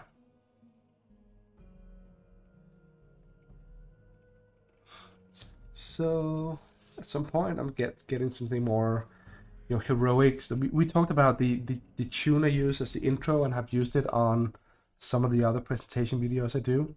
We talked about it, him and I, and it is super dark, which is kind of what I asked for. It has this sort of suspense, build up without ever really, fully releasing it. So it doesn't really come to a climax or crescendo or anything at the end. It just keeps on. So something's just around the corner, which I really like. I'm so impressed with what he did in just no time at all.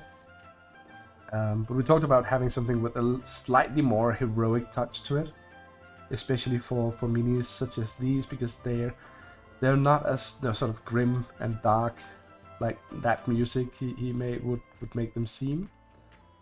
Well, kind of sort of hints at. So yeah. Oh, I almost completely forgot to do the sword and the flames.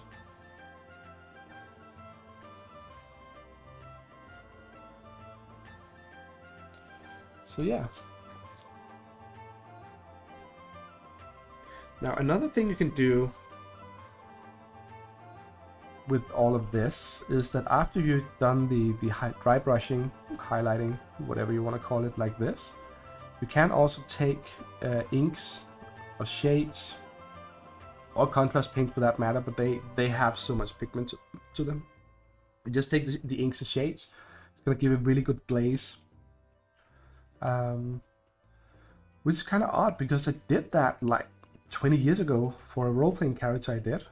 I found a small mini, and I literally just, I think I painted the base colors just super quick, super simple paint scheme, and then I did essentially like this, over dry brushed it in pure white, and then I did the inks of different colors afterwards. Inks or shades or whatever I used. I used the term a little loosely. But anyway, that's so one Nidare done in what, an hour and 20 minutes. Mia's done in another 25. So let's put her in next to Timothy. There we go. So next up, let's do glass. I have white powder all over. I was gonna shake this one up a little bit.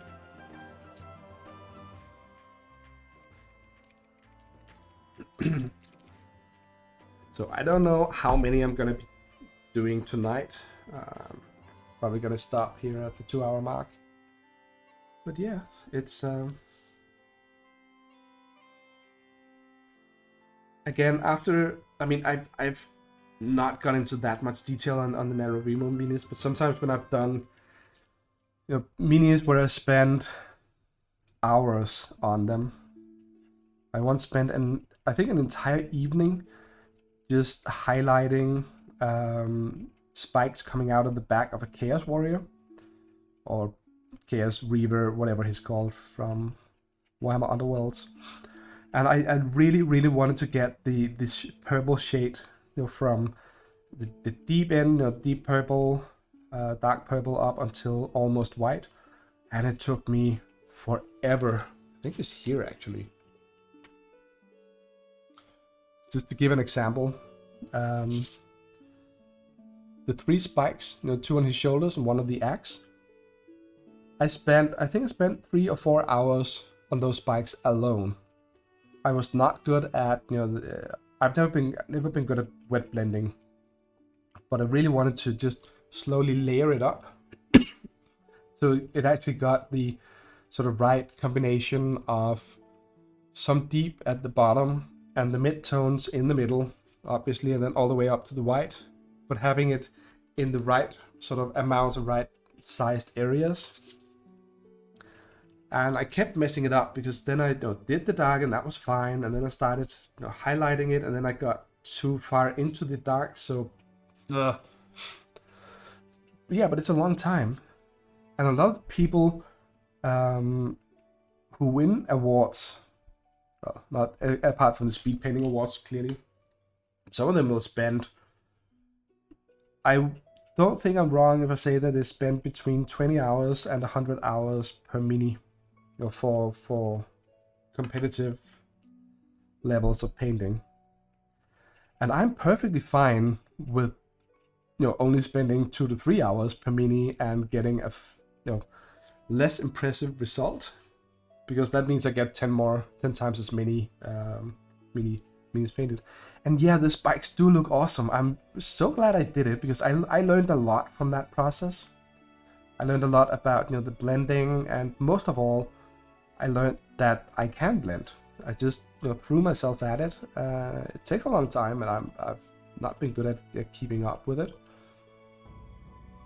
But it's just, you know, actually doing it myself and seeing effects that I've been admiring in other people's works, being able to see that is something I've done myself. That was very, very rewarding, and well worth the couple of hours I spent on this.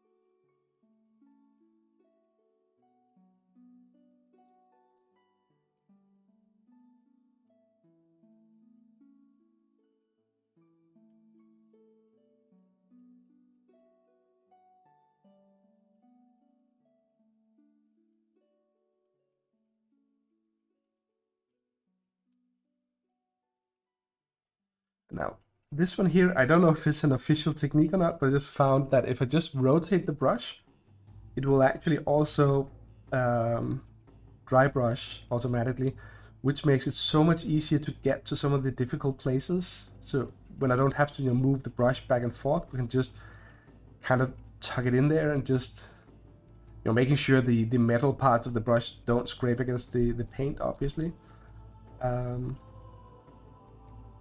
Why are there so many cat hairs of this small mini that has a cat on the base? Okay, well, guess that's why.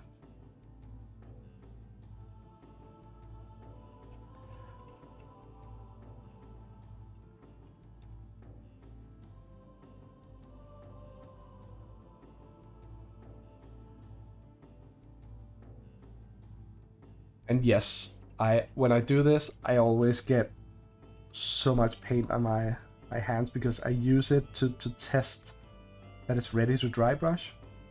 And after I did the Dungeon of the Mad Mage, my entire hand is just covered in so many different colors. Super fun.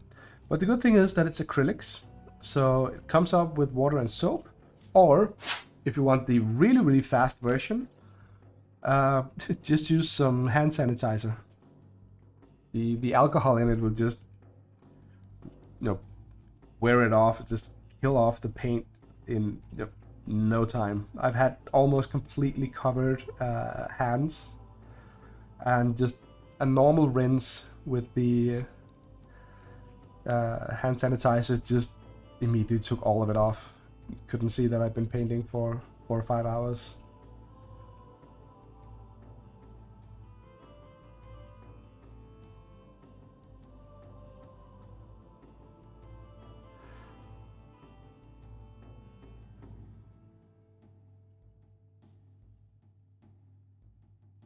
What I also like about this technique is I can basically do it without thinking. I don't have to focus on hitting all the right spots. I basically just have to focus on not having too much paint on the brush, and just keep going until it looks right.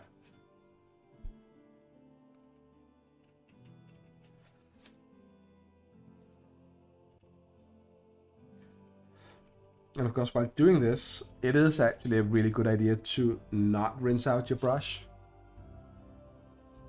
because then it's gonna be moist and soaked. And, you know, despite people saying that it's a good idea to have a slightly moist brush, actually rinsing it out and washing it will make it too moist, because there's so much water caught in between the hairs of the brush, as you can imagine.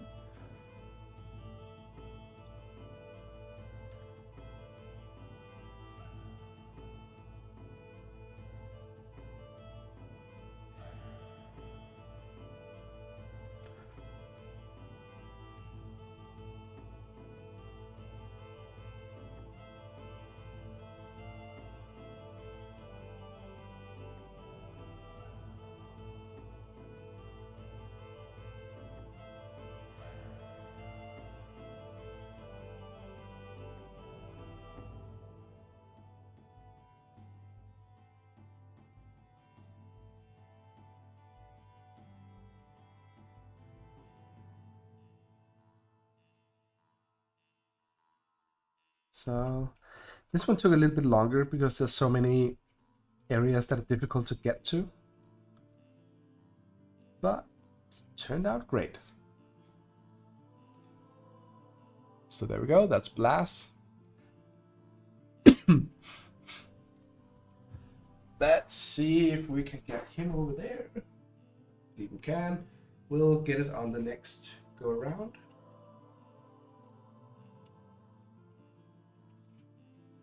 There we go. Yeah, it's getting full. We can do, well, let's do one more. Yeah, the turntable is almost full, but we will do one other one. Since Ebenezer was here somewhere, let's do Aquila.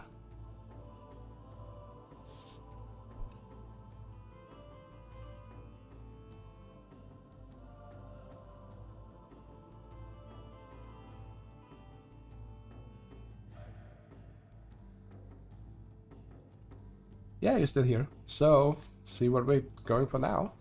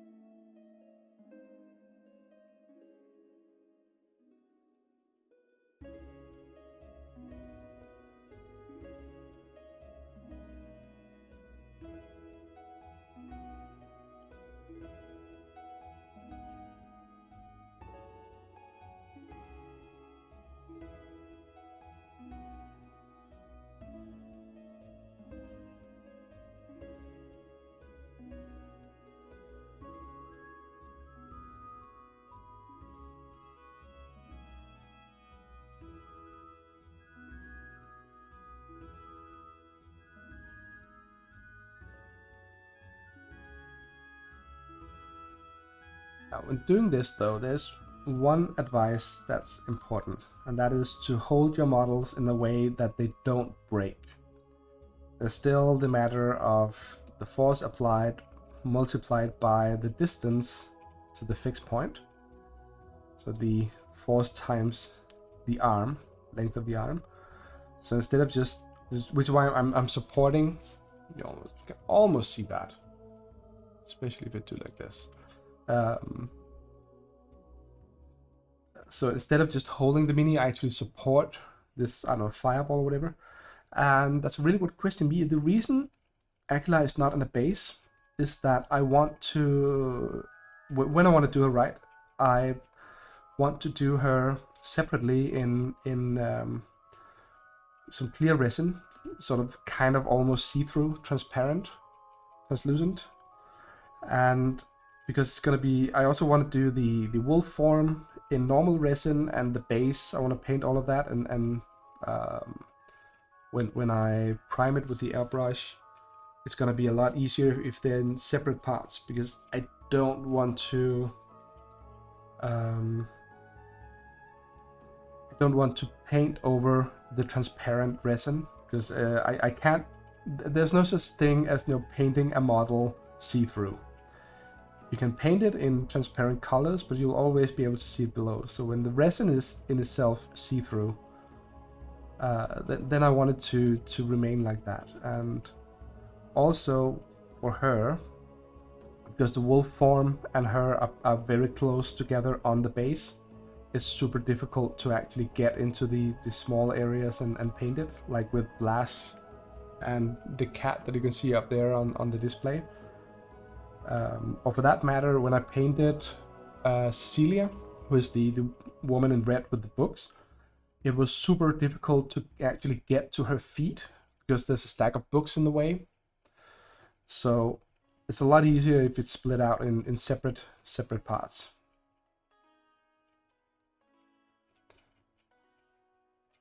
Yeah, Aquila is a complicated young lady.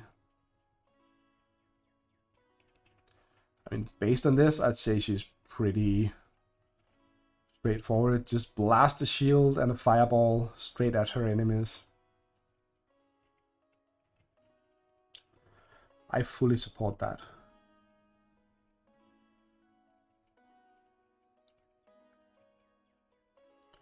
By the way, if you're looking for some good entertainment that includes fireballs eventually, I highly recommend the podcast called the Incorrigible Party Podcast. It's where Bladio, Bill, who was here before, that's where he's playing the wizard Falzarine, or Falsy, as we like to call him. And it's Bill's first time playing D&D ever. So it's been super fun listening to him learn the game and learn the concepts and really grow into the role. I mean, some of the others were experienced role players, and they're so amazing to hear. So much fun. But Bill and his wife Elena had never played D&D before, so it's also the first part of the podcast is a lot about them learning the game and a good help for other people who want to get started. But their Dungeon Master Leland, he is absolutely awesome at both living out the playing out the adventure and all the characters in it, but also designing. He designed his own homebrew world for this, the world of Aspara, and all the characters in it and all the plots that are going on, and they've been added now on. They're on just released session episode. So what I'm looking for, episode 172, and they've done small side campaigns where some of the others take turn DMing in other systems like Paranoia or more D&D. So they have so much content from the past almost 4 years, I believe it is. I highly recommend it. And yeah, Evanisa, I know you're looking for a group. We kind of talked about playing in the world that I wanted to do world building for during this NaNoWriMo. We can still very much do that. I just don't have like 50,000 words of world building for you to read. But I've played with other people in it for a short while until, one of them had some exams. So that kind of put a stop to the group. And then Corona happened, and it was actually in 2020 we started, but even so, Corona happened again, or whatever, came up back, so we couldn't really continue the real world group.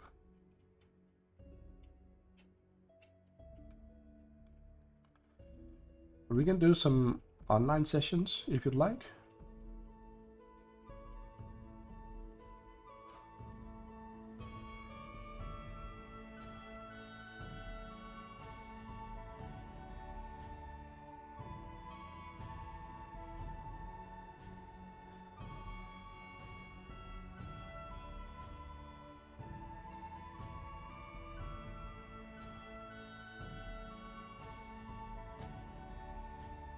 So anyway, that's Akla, who you can't see because of the shield.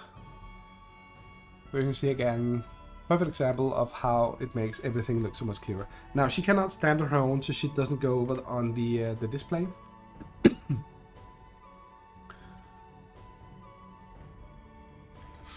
Cool, you would love to. What kind of games do you prefer? Are we talking hack and slash dungeon crawls, or super deep social role playing? Is it fully in character where when everyone talks, uses I do about themselves, never talk out of character, don't talk about the numbers? Or just more sort of casual, whatever feels right in the moment?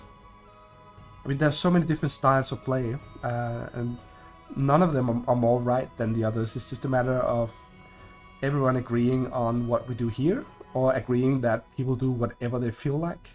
It's just, I've been in groups where people play differently, and that kind of didn't work well because people had different expectations.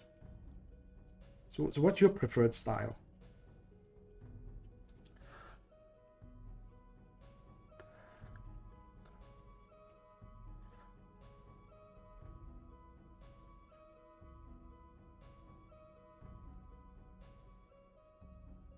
I mean, are you all about the dungeon crawl,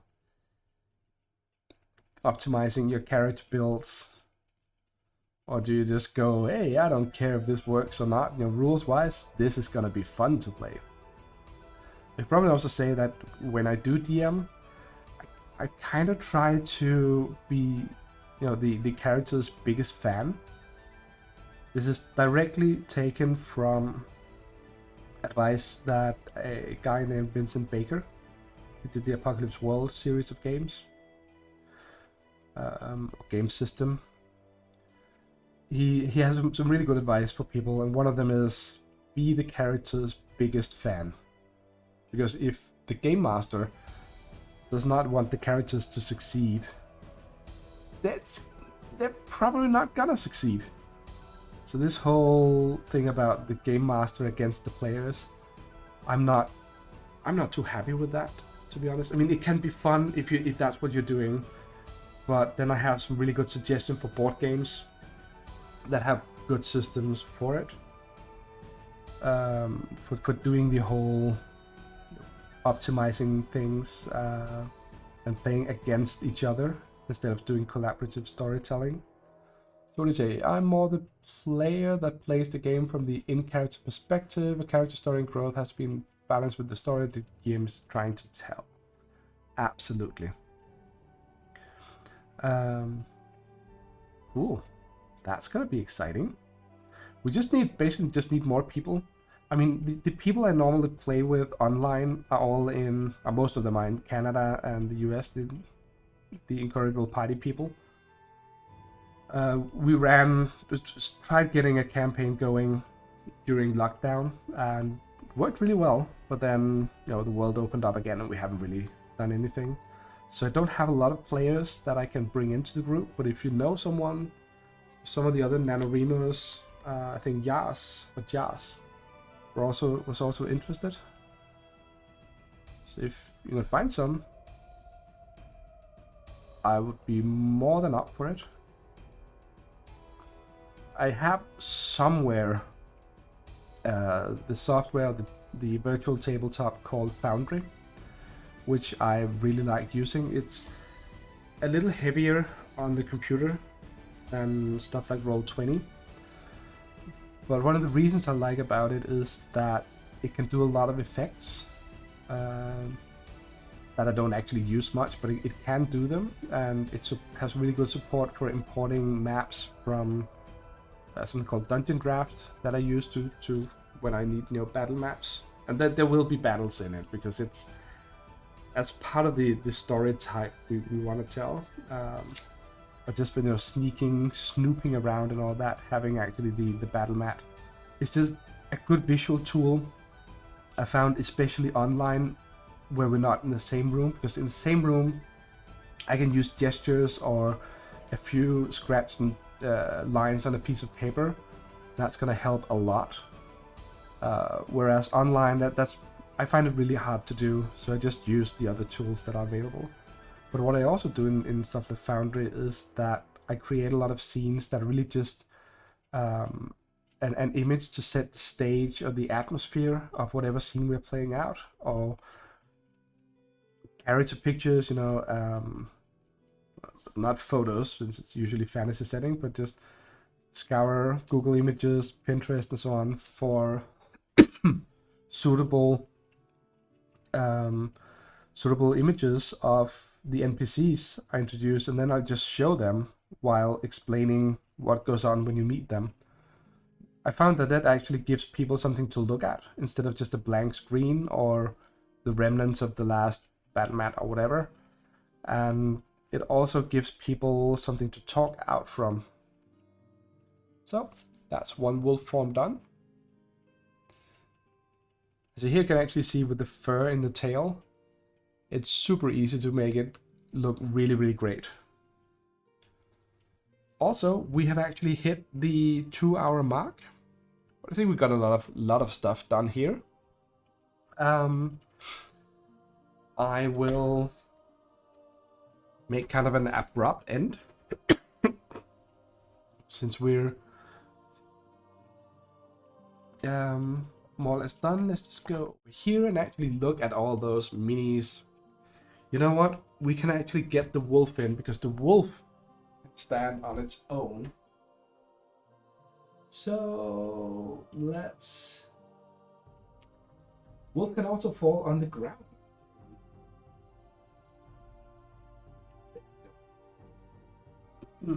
There you have it.